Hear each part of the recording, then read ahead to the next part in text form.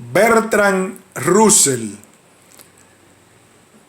Continuación, el conocimiento a priorístico y los universales. Aunque Russell parezca acercarse a Kant al aceptar la existencia del conocimiento a priori, en realidad tomará distancia respecto al mismo a la hora de justificar ese conocimiento. La postura kantiana nos resulta ya familiar. Existe conocimiento a priori porque sujeto y objeto interactúan en el proceso del conocer y el sujeto aporta estructuras de conocimiento, espacio, tiempo, categorías, independientes de la experiencia. Russell adoptará una perspectiva distinta. El conocimiento a priori no expresa leyes del pensamiento o estructuras de conocimiento propias del sujeto, sino que se refiere a la realidad exterior. Por así decir, en cada una de nuestras experiencias de conocimiento recibimos datos concretos y particulares, pero intervienen también principios lógicos que pueden ser aplicables al resto de experiencias. La realidad, vendría a decir Russell, funciona según estos principios y de esta captamos el conocimiento a priori, que no debe entenderse como previo a la experiencia empírica, sino como lógicamente independiente de la misma, distanciándose así del innatismo.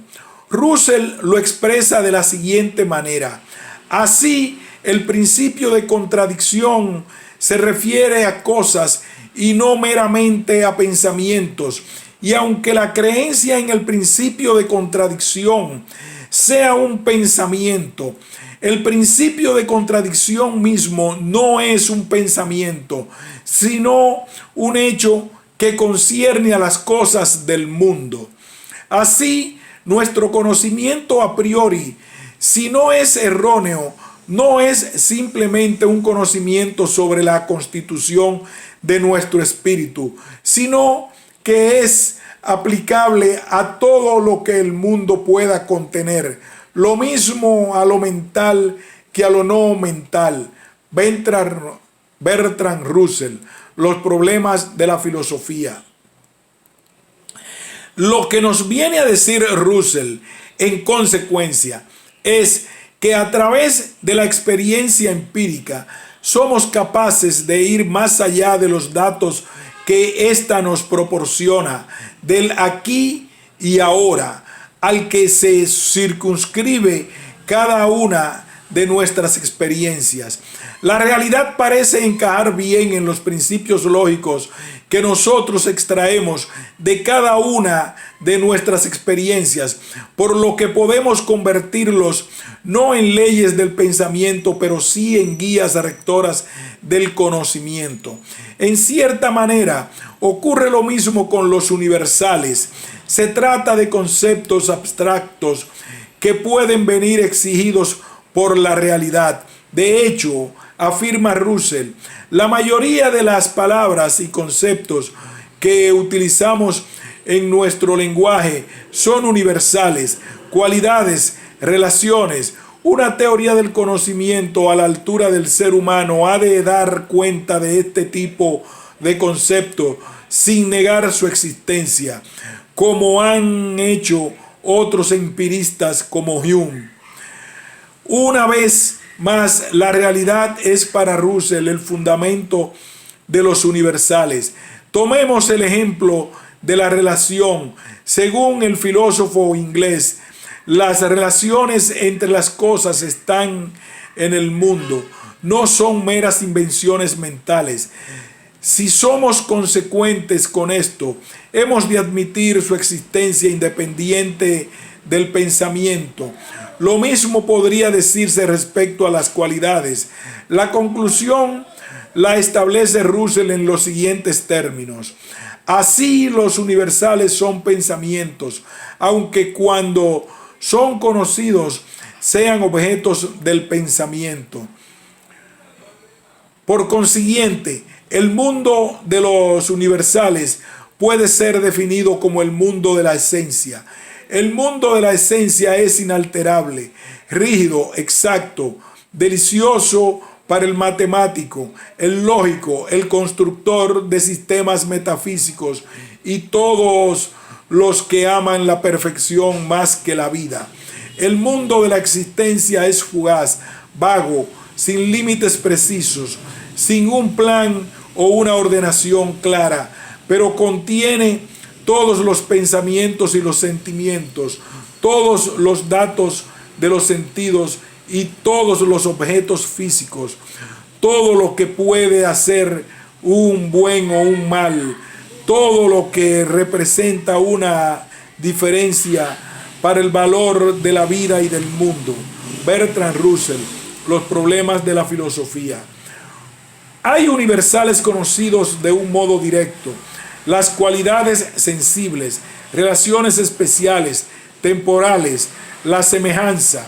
Otros los conocemos por referencia, gracias a la intuición que nos permite acceder a verdades evidentes por sí, lógica y matemáticas, y la deducción que es capaz de extraer nuevas verdades a partir de las evidencias conocidas.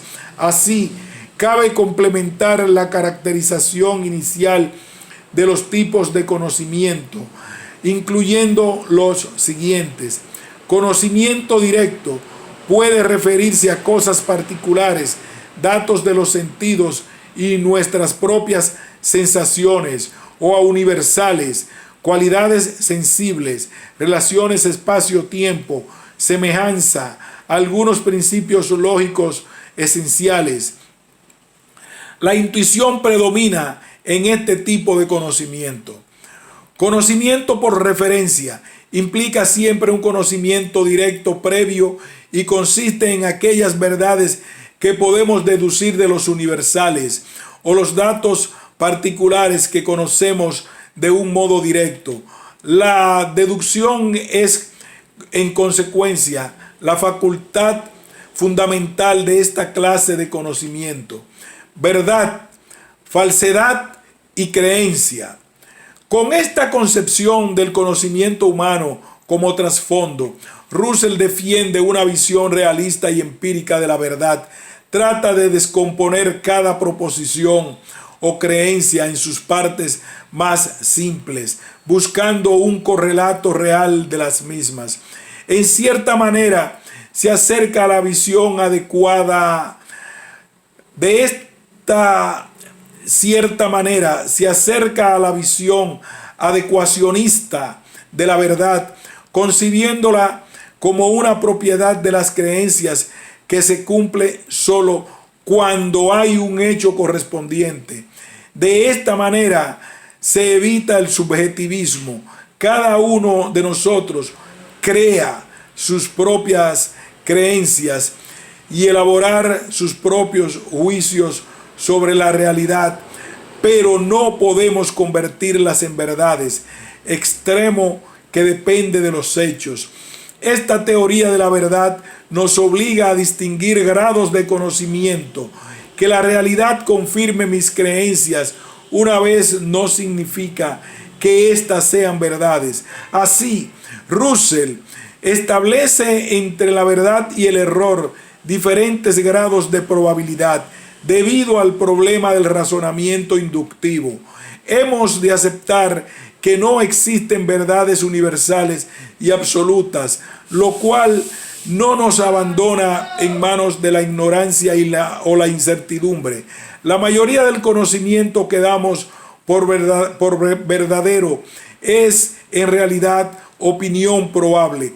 Estas opiniones pueden alcanzar casi el grado de indubitables cuando se organizan y sistematizan de una forma determinada, como por ejemplo en el caso de la ciencia. El conocimiento cotidiano, sin embargo, se mueve en el ámbito de la creencia, por mucho que cada uno dé por cierto lo que cree saber. Se trata en la mayor parte de opinión más o menos probable. la filosofía, límites y función.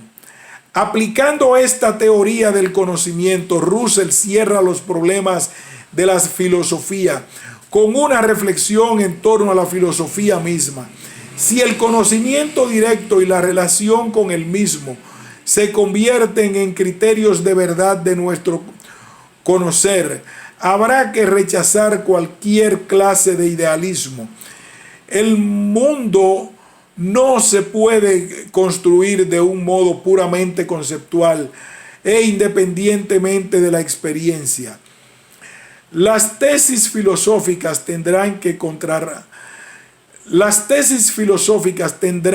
contrastarse también con la realidad, fundamentarse en el conocimiento intuitivo del mundo y lo que de él mismo se pueda deducir o inferir. Cualquier intento de construir unos conceptos a través de otros de forma no legítima está condenado al fracaso, y eso es lo que ocurre a menudo con grandes sistemas filosóficos como el de Hegel, ejemplo que cita el propio Russell, que elabora una teoría conceptual totalmente al margen de la realidad. La filosofía debe respetar los mismos límites que encuentra la ciencia. Lo que la diferencia del conocimiento científico es la crítica. Russell lo expresa en estas palabras: la característica esencial de la filosofía que hace de ella un estudio distinto de la ciencia es la crítica. Examina críticamente los principios empleados en la ciencia y en la vida diaria. Inquiere las incongruencias que pueden hallarse en estos principios y solo los acepta si, como resultado de la investigación crítica, no aparece razón alguna para rechazarlos. En una palabra, la crítica a que nos referimos no es aquella que sin razón decide rechazarlo todo, sino que considera cada pieza del conocimiento aparente y sus títulos, y otra vez termina esta consideración. Conserva todo lo que sigue apareciendo como un conocimiento. Es preciso admitir que persiste algún riesgo de error, puesto que el hombre es falible. La filosofía puede proclamar con justicia que disminuye el riesgo de error, y en algunos casos lo hace tan pequeño que es prácticamente despreciable. No es posible hacer más en un mundo donde es necesario equivocarse, y ningún defensor prudente de la filosofía pretenderá haberlo hecho. Bertrand Russell, Los problemas de la filosofía. La filosofía, en consecuencia, nos salva del error, en tanto que somete a juicio y revisión todo aquel conocimiento que presenta como verdadero. Sin embargo, el valor de la filosofía no puede reducirse solo a su capacidad crítica. Genera, en opinión de Russell, beneficios personales afectando a la vida de aquel que se aventura en su estudio. Ciertamente no encontrará certezas, sino más bien incertidumbre. Sin embargo, las cuestiones filosóficas perduran en el tiempo y son expresión del interés especulativo por el universo, característico del ser humano. Aunque pueda parecer contradictorio, el valor de la filosofía reside en su real incertidumbre, que la convierte en una actividad abierta y siempre por hacer. La filosofía nos libera de los prejuicios y de la falsa seguridad de una verdad a medias, de una verdad de oídas, situándonos en el mundo abierto y por pensar. Alejándonos del dogmatismo, nos enseña modos alternativos de pensar, manteniendo viva la duda libertadora y el sentido de la admiración. A juicio de Russell, la filosofía proporciona bienes espirituales, nos libera de los intereses mezquinos y personales de la vida cotidiana, como si las preocupaciones diarias se detuvieran. Nos proporciona una vida serena y libre. Abre un mundo interior de reflexión y pensamiento, un oasis intelectual en el que desarrollar nuestra propia personalidad. Nos ayuda a contemplar el mundo con imparcialidad, con neutralidad, siendo conscientes de los límites de nuestras ideas, pero también de que hay un universo por conocer en el que no todo vale. El filósofo vive para el mundo, no para sí. Este interés por el conocimiento amplio y neutral le lleva a ser ciudadano del universo, liberado del vasallaje de las esperanzas y los temores limitados.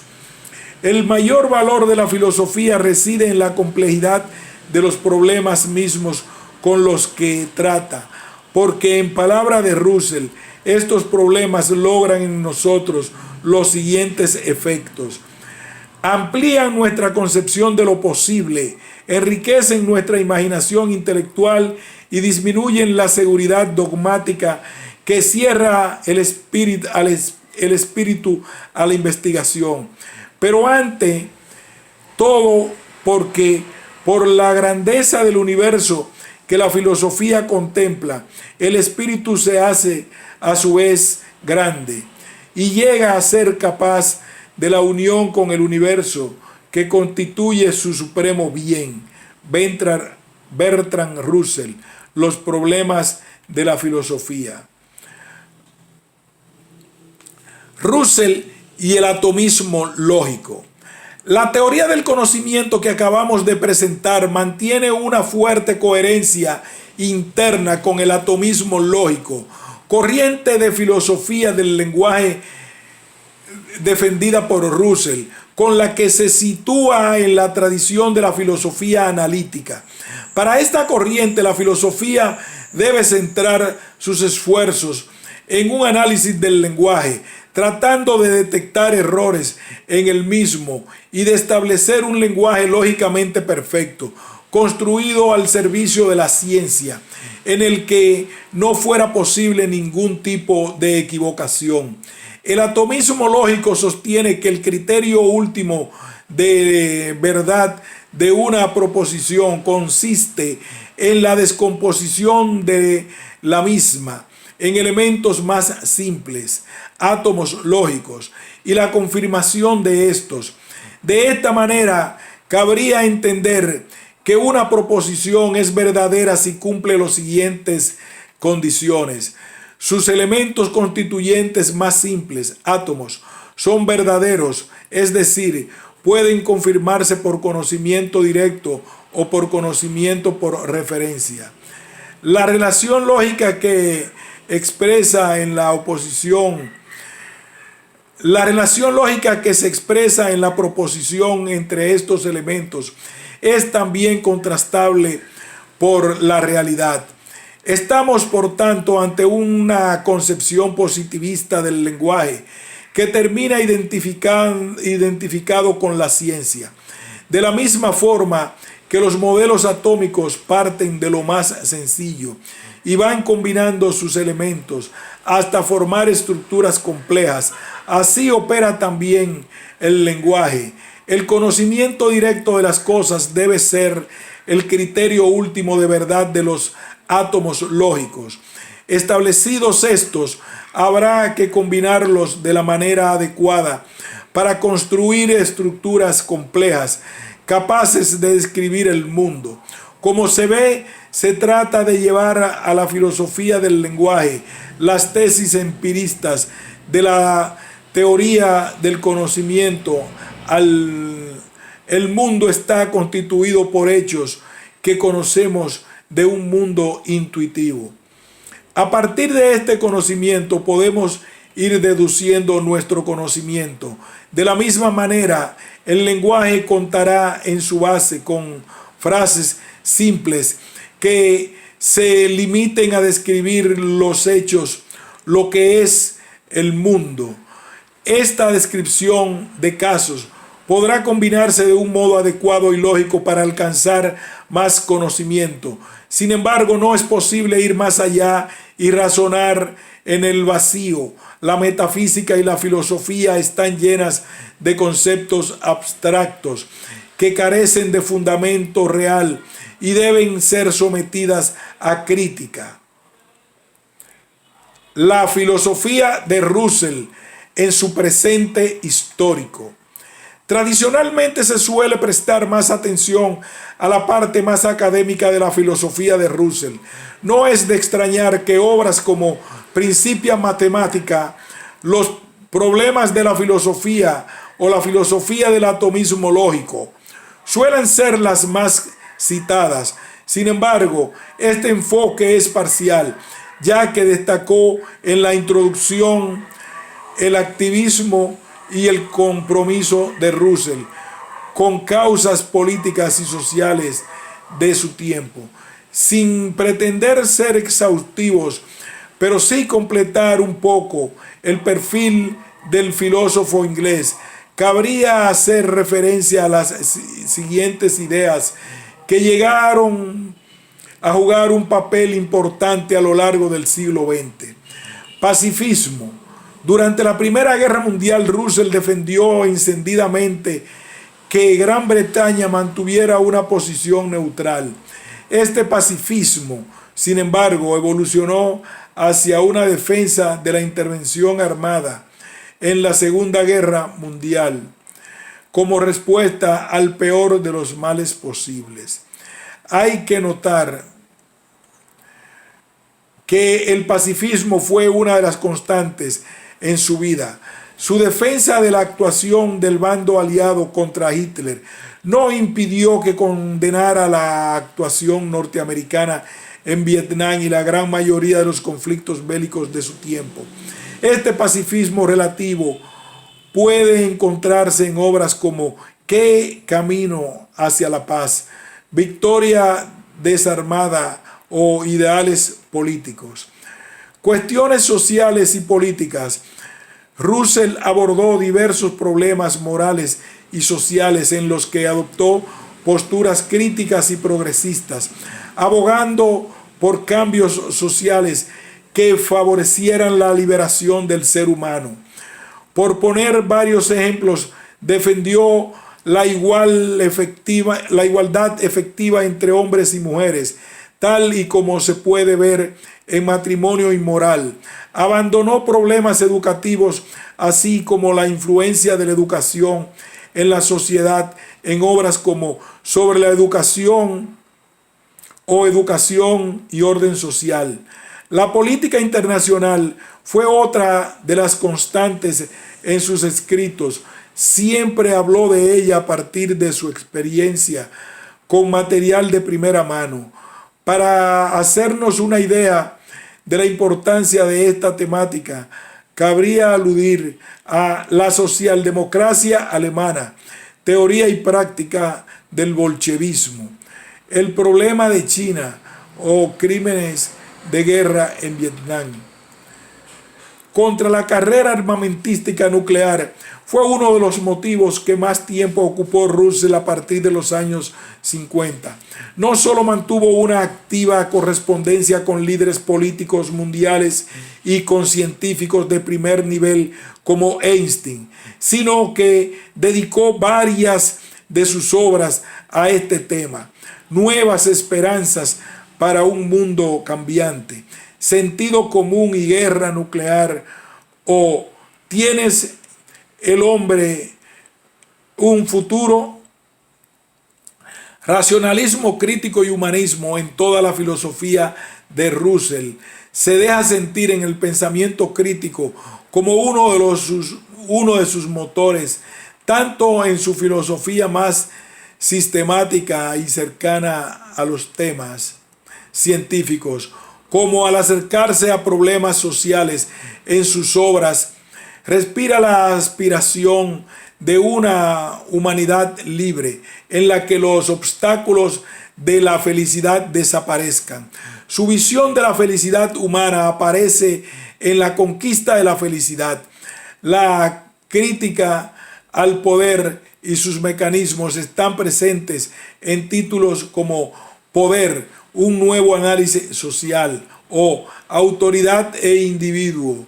Su racionalismo cientificista cercano al escepticismo aparece en otras obras como ¿Por qué no soy cristiano?, ensayos sobre el escepticismo, sobre la filosofía de la ciencia o lógica y conocimiento.